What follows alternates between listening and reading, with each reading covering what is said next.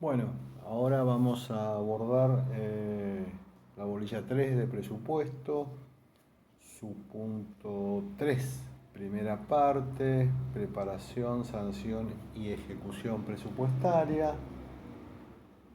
Vamos a comenzar diciendo que eh, existen aquí diferentes estamentos que nos permiten diferenciar claramente todo el proceso que culminará con la sanción y promulgación de la ley de presupuesto. Todas las remisiones legales y constitucionales, más allá de un par de normas que veremos específicamente, ya han sido remitidas y complementadas con un material de acceso en nuestro espacio de la comisión y en definitiva siempre con el consejo de recurrir a un libro, ¿verdad? Para caso de dudas, mayor claridad. Dicho esto, empezamos con la preparación o elaboración del presupuesto. En la ley 24.156 se genera, se crea un organismo, la Oficina Nacional de Presupuesto, dentro del ámbito burocrático de la Administración Nacional, pero importante organismo dentro de Economía con la experticia para la realización de este proyecto.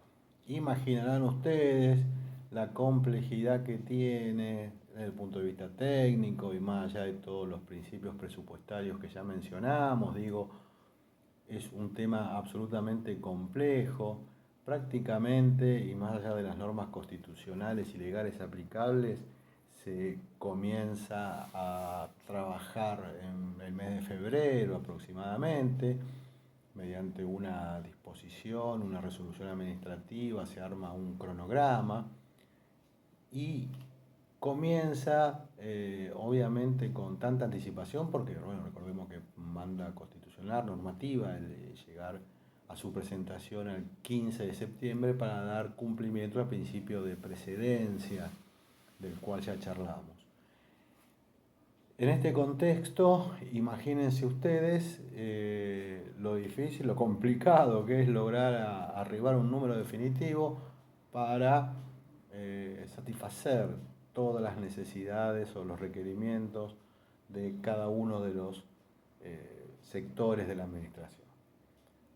Hacemos una pequeña mención que ya dejamos aclarar entonces. La organización judicial tiene en el marco constitucional, ¿verdad? Corte Suprema, intervención del Consejo de la Magistratura, ¿verdad? La solicitud de las previsiones que se hacen precisamente al Poder Ejecutivo, que es quien elabora y prepara como estamos viendo. A su vez, lo mismo, también el Poder Legislativo pide su presupuesto. Ojo que son pedidos, requerimientos, después habremos de ver qué queda en la ley, cuál es lo que en definitiva se les asigna, mediante la voluntad expresa del legislador. Obviamente que en el tercer estamento nos queda básicamente el Poder Ejecutivo, de cualquier manera acuérdense que el sector público y las normas de la ley de administración financiera se aplican para todos los organismos de la administración. Lo cierto es que una vez que se empieza con su formulación, habrá de escucharse, habrá de consensuarse, habrá que articularse con todos, por ejemplo, los ministerios. Imaginemos el ejemplo sencillo del Poder Ejecutivo. Está la órbita de presidencia y de cada uno de los ministros. Imagínense los requerimientos que cada una de las autoridades superiores le harán al Poder Ejecutivo para lograr su satisfacción.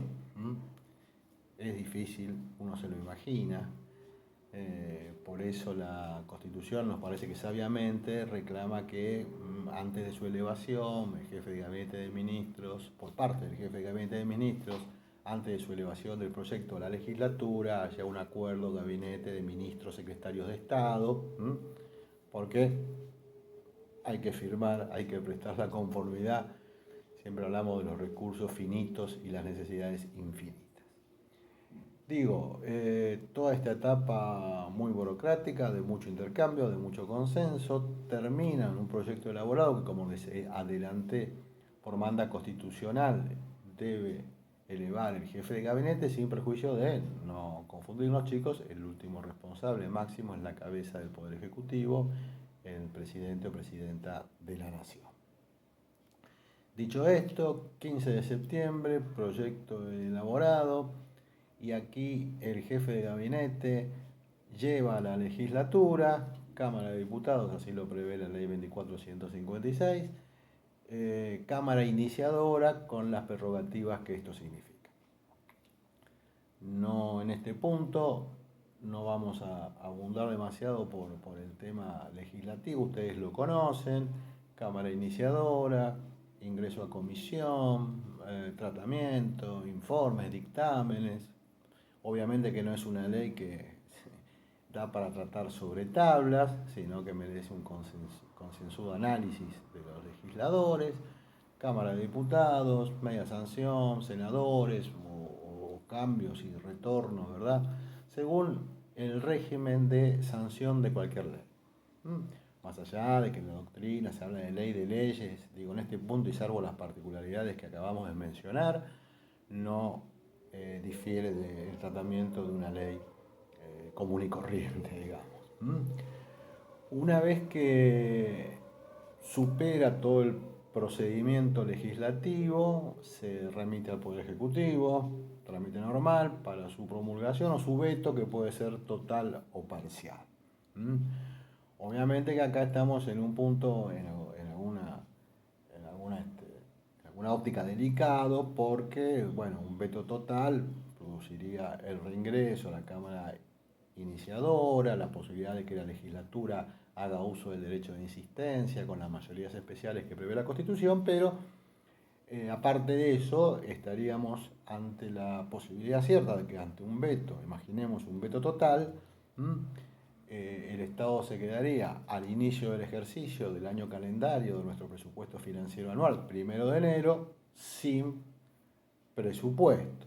Y esto nos lleva a la inquietud de ver cómo se soluciona este inconveniente, porque se produciría una paralización de la administración. En nuestro país, y digo nuestro país porque en el derecho comparado hay otras soluciones, en Estados Unidos, por ejemplo, nos rige este sistema que vamos a ver ahora, que es el sistema de la reconducción. Y en estos países, en el ejemplo mencionado, en el país del norte, obviamente que al no haber autorización, si se acuerdan que habíamos dicho que el presupuesto es una autorización para gastar, es el límite máximo de gastos, se imaginan que al caducar la autorización conferida en el ejercicio o en el año anterior, llega un momento en que la administración no puede seguir funcionando. Simplemente se imaginan que no podría pagar sueldos. Este sistema de la reconducción que utiliza nuestro país, que es diferente al mencionado anteriormente, digo, bueno, tienen sus pros y sus contras. En algún caso, algunos señalan que hacer un corte, una caducidad, como en el régimen norteamericano, induce a un acuerdo y una articulación política necesaria para evitar males mayores. La reconducción, en cambio, en nuestro país permite que se prorrogue mediante un decreto presidencial, que se prorrogue la vigencia del presupuesto anterior. Obviamente que se exceptúa de esta prórroga aquellas disposiciones que eran de estricto carácter temporal. Es decir, recursos que a lo mejor no se van a volver a recibir porque eran por un año, o si ustedes quieren, otro ejemplo sencillo, a veces algún subsidio otorgado a alguna entidad de bien pública por un determinado periodo anual, que obviamente no se va a renovar automáticamente cuando se utiliza o se utilice la reconducción. Es más común de lo que a veces la gente cree. Provincia de Buenos Aires 2003, Estado Nacional 2010, digo haber utilizado la reconducción. Y También hoy por hoy, 2020, nos encontramos que se hayan reconducidos los presupuestos nacionales y de la provincia de Buenos Aires. Digo, se han reconducido los referidos al año 2019, ya que, bueno, las cuestiones de cambio de gobierno, signo político, la necesidad de analizar en detalle los números, la situación actual financiera de cada uno de los estamentos, no ha permitido, sumado esto a una nueva composición legislativa, que estas normas estén sancionadas.